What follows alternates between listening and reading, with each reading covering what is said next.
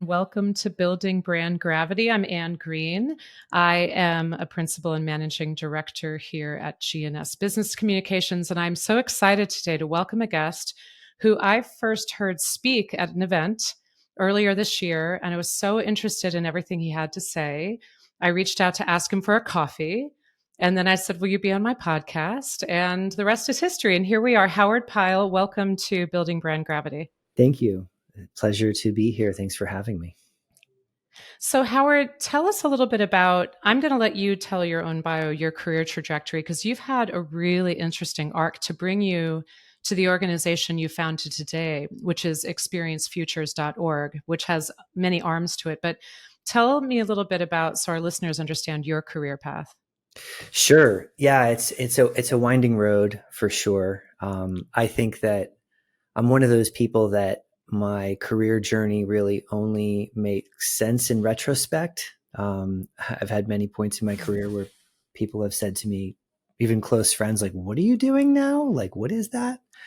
But the long and the short of it is that I've been in at the intersection of digital product design, development, platform, brands, communications for over 20 years. And I started my career as actually an engineer, and I was a developer in a design collective in Washington, D.C., a long time ago, very early digital shop. And then I went on to be a dev lead in a communications agency, early digital shop, and a CTO a CTO at a .com, and then went on from there and ran startups. I ran a mobile startup for a little while, and we got bought out by an agency network. And through some twists and turns, I wound up at Ogilvy, and I was a senior partner at Ogilvy, leading digital platforms for the IBM business globally during Smarter Planet. And so it was this kind of interesting transition point in my career from tech, digital focused companies to suddenly being in an advertising agency, the biggest company I had ever worked at by several tens of thousands of people. And then working on IBM, which was, of course, a monster. And I had no experience working with giant organizations. I was at Ogilvy for a couple of years, 3 years. And then my client at IBM got promoted, and he asked me to step in and take his job. So I went to IBM and I ran a network of design studios. I ultimately transitioned and ran developer marketing for all the business units. And then I went to MetLife, where I ran global brand design, UX, front-end platforms, ultimately running integrated marketing and communications for not like comms, but for brand and creative campaigns and sponsorships. And we rebranded the company for the first time in 30 years and rolled out a global design system and rolled out new front-end platforms. And so I had this kind of 10 years in startups and 10 years at big, ginormous companies. And the thing that I found was that we were, number one, we've gotten to this place where our digital lives have become too complicated. And by the way, it's super complicated within every company. Managing digital ecosystems, managing web and mobile properties, managing design and dev, and seeing that there is a disconnect between the mission and purpose of a company and their business impact in digital spaces. Seeing that there's a big disconnect there, and also seeing the second thing is that automation and AI were going to hit the front end experience layer, that we're going to hit design, UX, communications. And so I left MetLife and I started this organization, Experience Futures. And we're very focused on this next era of how AI is going to impact our digital lives, how it's going to impact digital accessibility. We focus on partnering with organizations, helping them to use AI to drive inclusivity, drive digital access, and create positive outcomes using these new technologies. So that's the kind of journey and the high level pitch of where I am now. Well, I love this. And part of what interested me in talking to you and what excited me when I first heard you speak, which was really about that digital divide. And I want to dig deep with you in that in a moment. But before that, I just want to reflect on how interesting it is to hear that career arc. And I appreciate you taking us through it because the intersectionality to start off in what would be very much understood as a development engineering type of career, but then to understand like where you ended up, advertising, UX, consumer experience, the brand, a rebranding of an entity like MetLife, it just shows you how the arc of a career through this marketing communications brand landscape that also deeply involves technology and the experience of the customers. It's so intertwined, right? I mean, what an Yeah. incredible intersection of different perspectives. Yeah, well, we can say that now. 10 years ago, it would have been like, wait, you're doing Yeah, what now? exactly. What are you doing? You're working for an advertising agency now?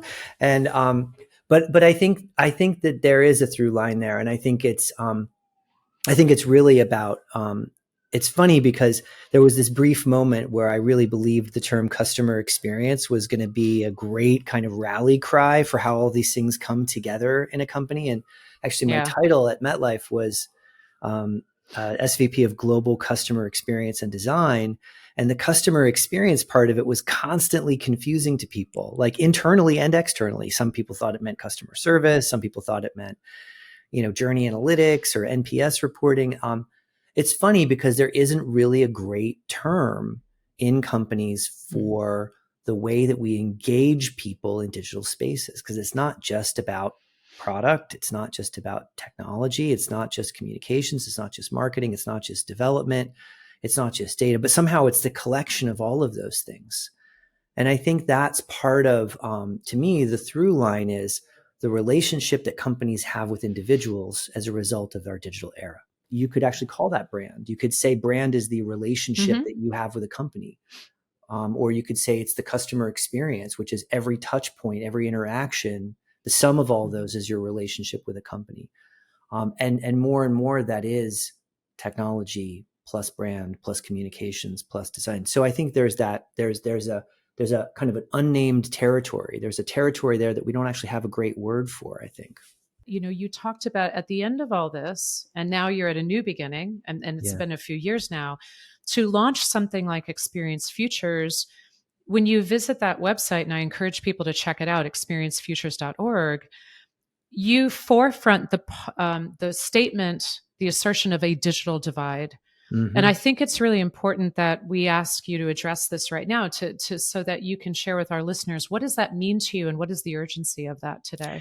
Yeah, sure. And thanks for that, because I think that it's to me it's a critical point of discussion. And I think, as a lot of people did coming out of COVID, there's a lot of soul searching. There's a lot of soul searching. Like, what does my work mean? What role do I play? And on a personal level, like, what am I contributing to the world? Am I pursuing the things that I'm passionate about? And for me, it really starts with the fact that I I'm not somebody that should ever have a knowledge worker or white collar job. I just don't have the intellectual capability for it. Not that I'm not smart, but I don't have a set of tools that I think a lot of people are expected to have in those corporate jobs. And Mm. very specifically, I'm crushingly dyslexic, but I also Mm-hmm. have other kind of neurodiversity challenges. I have, some memory challenges. I have challenges with, developing and structured reading very, very long documents. Mm-hmm. But where it hits me is my ability to write and craft communications in a way that's deeply kind of inherent in being a knowledge worker. So to Yeah. me, as that, it's very strange to me that I wound up in the positions that I wound up in. And there's a very simple answer as to why I was able to do that, which is I found a set of technology tools very early on that helped me normalize my abilities to be at parity with other people. Right. Mm-hmm. And that is, I'm very privileged to have that. I'm very privileged to have that. And I think that I have quite a number of examples of like over the years where I have created, you know, campaigns or programs or communications, but even individual emails to clients where I've labored over the words, where I've gone back and reread something 40 times and I've missed the fact that there's no verb, or I've missed the fact that I've said and twice, or, you know, my run-on sentences have run-on sentences inside of them. And I think that you know, it's funny because I think that there's you know, the very simple example, and there's other examples, but the simple example is I've been able to, over the years, use a combination of, you know, grammar tools and spell checker tools and, you know, like tools that allow me to dictate. You know, I've experimented with every flavor of voice dictation going back to, you know, the 90s. And I found a set of tools that worked for me. And I was privileged and fortunate to be able to have done that so that my aptitude, my intellect could be applied to some of these problems. But for many, many other people, the ability to navigate challenges like that is not something that allows them to kind of proceed into those jobs. It can be very challenging. And that got me really became. I think over the years I'd been aware of it quite a bit, but it brought me to a set of research and some questions that I began poking into, which is what do we call this thing that divides people at the experience layer? Why is it? So I have a computer, you have a computer, you have more access than I do to the tools and services. What is that called? What do we even describe that as? And I think there's different terminology you could apply to it, but what we found through the research that we did is that it's actually another layer of the digital divide. And the first layer of the digital divide is this idea of having access to a computer, having access to internet access. And the second layer, which, by the way, is where I think that first layer is where a lot of people stop. Am I right about that? That's right. And that's a very, and it's natural because that's the only layer we've been really made aware of. The academics that we follow and that we've worked with talk about a second layer of the digital divide, which is this idea of design access, content access, and cognitive access. So the idea of if you don't understand how an interface is created, if you don't understand the language, if you can't navigate and you know, use those tools as they were designed, then you lose access to everything that comes with digital: access to jobs, access to education, access to healthcare, access to financial management. And so the second layer of the digital divide is actually an enormous challenge that there's not a lot of research on. But it's really tied to this idea of digital capital. And do I have digital capital, and can I navigate in my job? Can I navigate in my finances? Can I navigate in social communities online? Can I use resources that are available for me? And more and more and more, what we've found is that there is a gap in the services, the digital services that companies and governments and NGOs provide, where because their sites aren't intuitive, they aren't easy to navigate, and yes, even not accessible from an ADA perspective for people with disabilities, but even beyond that, that people lose access to the services that they're providing. So the second layer of the digital divide is really, you know, do your websites make sense to people? Do your apps make sense to people? Do your communications make sense to people? Do they understand your language? And if not, you are restricting access to essential services that they need, whether you're in the public or the private sector. So the second layer of the digital divide is really the experience layer. Something you and I haven't even talked about, but it's coming to mind very strongly for me right now, is all of the websites and really functions that are speed based, as in, I want to try to get a restaurant reservation. I want to try to get tickets. I want to try to get, you had mentioned the vaccine websites in New York City. Yeah. It's a race, right? And it's like there's a clock ticking down, or this ticket to a show, or this ticket to a concert, or this table.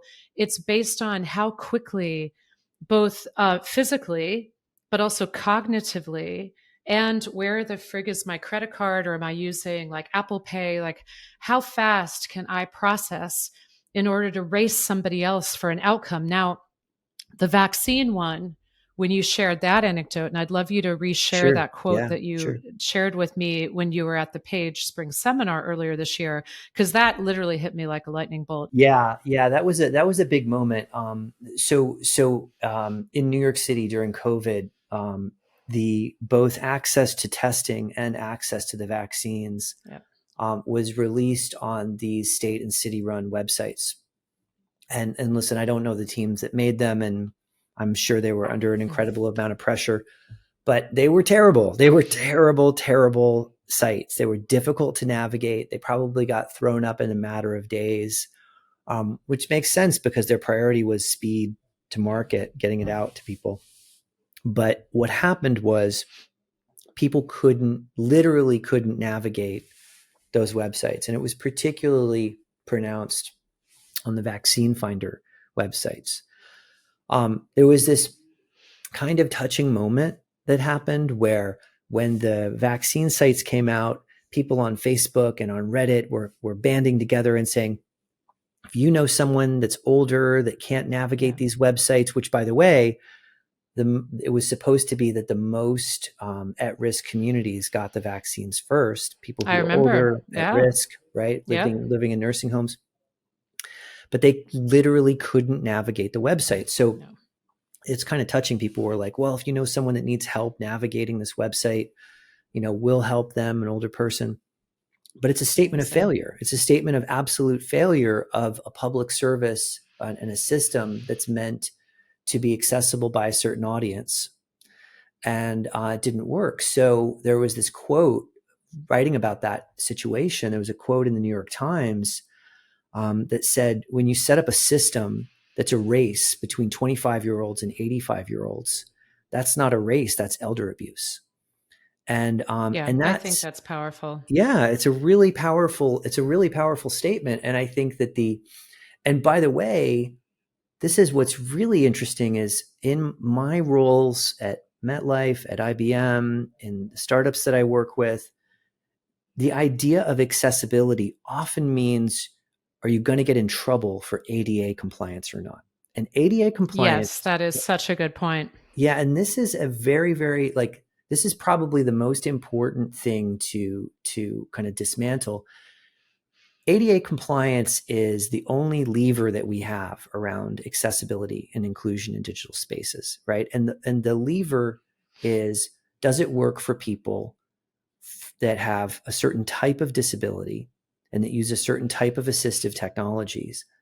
And the only punishment is public lawsuits. So there's people who go around and just sue companies for ADA violations. So it's seen organizationally in a lot of places as a checkbox. I can't tell you how many times I've built a product or a design system, and the only funding for accessibility is at the very end if there's a problem, right? It's never meant to be Yeah. something that so these vaccine sites, they may have been technically accessible, but they were unusable by at-risk communities. So when you think about, well, what's the expanded definition of inclusion there? Well, it's not just ADA accessibility, it's people that are older, people from lower socioeconomic households that maybe are mobile only users and those sites only worked on desktop computers.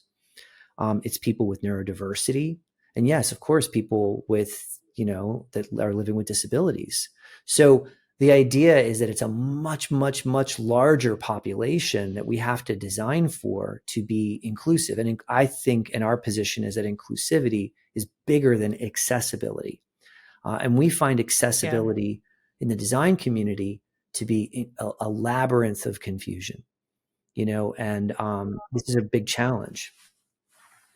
I think this is so profound because, first of all, and I want to get back to this opening the aperture more on what is inclusion. But the first thing I would observe is that I spent a lot of my career really interested in ethics relative to the communications industry.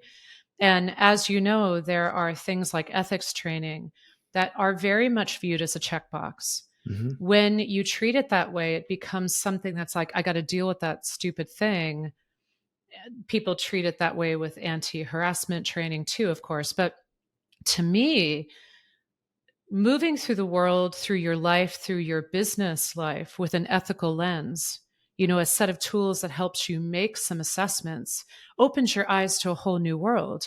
And having discussions with people that are much more dynamic about what is ethics, where is it existing, how do we use it, which will be, by the way, very relevant when we start to talk about AI more. Mm-hmm. I find people to be very limited. And so to go to the question of, say, diversity, equity, and inclusion efforts, one of the things we've been interrogating at G&S with our own DE&I task force is, how do we understand where we're limiting or putting ourselves in a box about what inclusion means? Yeah. How do we understand ability, disability, and accessibility differently? And I think listening to people like you, Howard, it reminds us we are all different. Like, you storytelling about your own set of skills and your own cognition. I used to work with Richard Branson. I understand how talented, my father was severely dyslexic, how talented people can be, but what tools you need. But I think that cracks open a whole new world for us of understanding what inclusion can mean. Because if we are lucky enough to age as individuals, our ability will change. Yeah, Our that's ability right. to navigate the world is not going to be the same. And That's right. you coined a term, and maybe this is a good way to connect the dots here. With Experience Futures, you talk about human experience. Mm-hmm. Is that Mm-hmm. your way of putting your arms around these issues, and also talking about that Yeah. earlier challenge you have of what's the language for this? So I think that the simple statement is that if you look at human experience and you look at the idea that we need to design around the individual, whether they're a customer or they're an employee, you need to understand their needs. The past 15 years have been really focused on the idea of creating these collaborative workshops, design thinking sessions, Yep. these very kind of like workshops with representative users. And then from that, building one experience that's supposed to work for most people. And I think what we've learned is that there is no such thing as most people in digital spaces. Yeah. My abilities based on my dyslexia, my mom's abilities based on, her age, my partner's ability based on her visual impairment, so there's everyone has a set of unique needs at this point. That's just truth. There's data to back that up. So if you think about using workshops and design thinking sessions and collaborative spaces, although it can be very powerful from a relationship development and a alignment of thinking perspective, the actual use cases that you can create, the products, the experiences, the actual output that you create from that is actually really limited. And oh, by the way, you got to get Yeah. everybody in person. And oh, by the way, you may not be able to get representative users. And oh, by the way, Yeah. 8 different agencies are all selling you design thinking exercises. And what we have to evolve to is a place where understanding what the user needs, understanding what design and content works for them, can then be delivered to that individual based on who they are, what they need, what we know about them. And the only way to solve that is to automate the experience. So we actually feel, and this is kind of our big, our big revolutionary statement. We actually believe that we need to design intentionally positive use cases for AI and automation in general in the world. For us, the focus is designing how AI can solve inclusion in digital spaces, not make accessibility better, not make things more inclusive, but literally solve the inclusion problem. Like that should be our ambition. And so as an organization, our goal is we're kind of like the nonprofit side of what we do. We're kind of like a B2B nonprofit. We help organizations, and Yeah. we have a goal of working with organizations that serve healthcare, finance, education, government, legal, Mm-hmm. for older users, for users living with disabilities, neurodiversity, socioeconomic challenges. If you think about the top players in each of those spaces, and if we can use AI to help transform the inclusion in digital spaces that they provide, we can impact digital access for 1 billion people by 2030.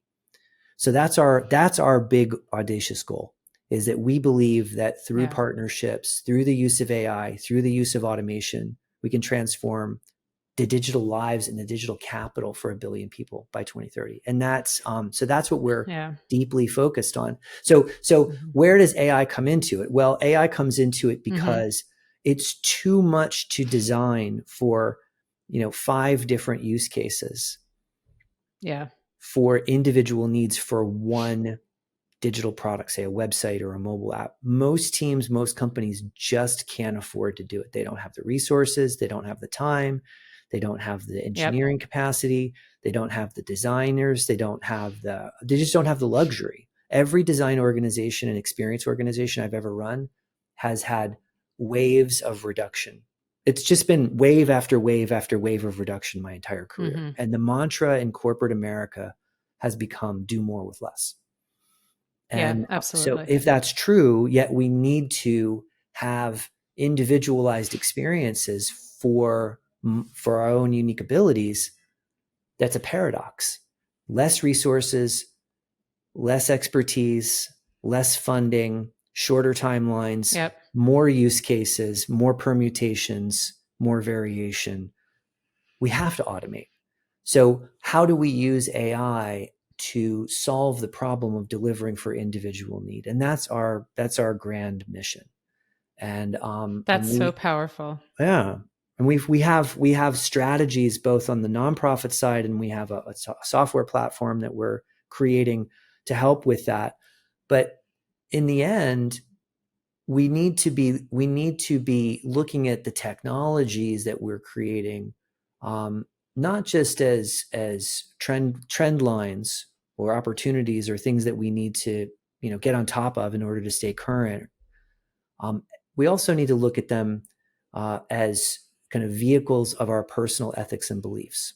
And I actually believe that I take this kind of radical stance that I actually don't think there's such a thing as ethical AI.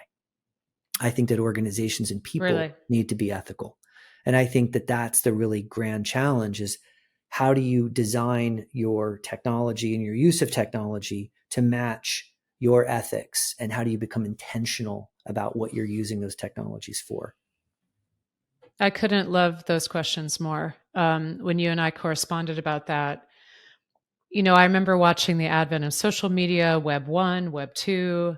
You and I have talked about some of this. My feeling about this is that there are things that are more and less comfortable for humans. Like an Excel spreadsheet does not cause existential angst, but social media has, because it's a complex set of personal and business.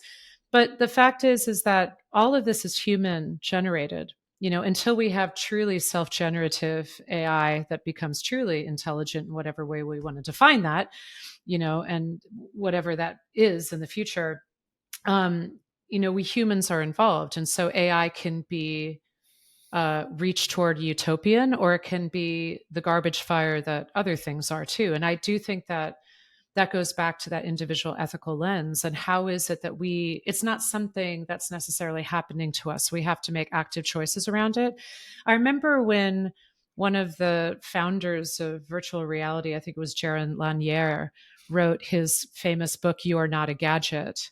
Yeah. Like, he was trying to raise some red flags about these things, which is that there are active choices being made here about our interactions with mobile devices, with algorithms, with social media, with websites, et cetera. And I feel like you're raising a similar thing, that there are active choices that we have to make about how we're going to apply AI to this challenge of mass personalization. Yeah, that's a really good question. And actually, it's interesting that you mentioned Jaron Lanier. There's an article that he wrote in the New Yorker a few months back called "There Is No AI," Yeah. which I think is really powerful. Mm. And part of the premise is that what we're experiencing right now isn't actually AI. And in the community that I'm a Yeah. part of, the technologists and the engineers that I work with, there is a dialogue that, yes, we're calling it AI, it's a label, but it's not actually Yeah. intelligent. It's not intelligence. What we're interacting with is incredibly Yep. large volumes of data with very sophisticated statistical algorithms finding patterns. So when you type in Yep. something to Chat GPT, it's not actually thinking and responding to you. It is using predictive analytics and statistics to be able to predict what the right response is based on the large amount of data that it's Yep. been trained on.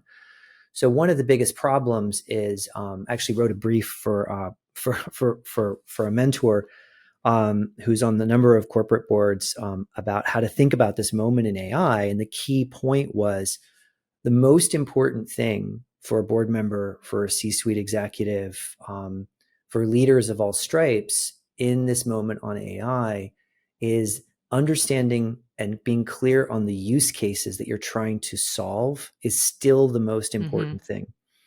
And that's something that doesn't require technical expertise. It's what are we trying to solve? What is the business problem we're trying to solve? What is the use case we're envisioning? And then, in addition to that, you have a set of responsibilities. And I'm going to avoid using the word ethics here because I think that that's where you would normally say it. But let me say all this without saying the word ethics.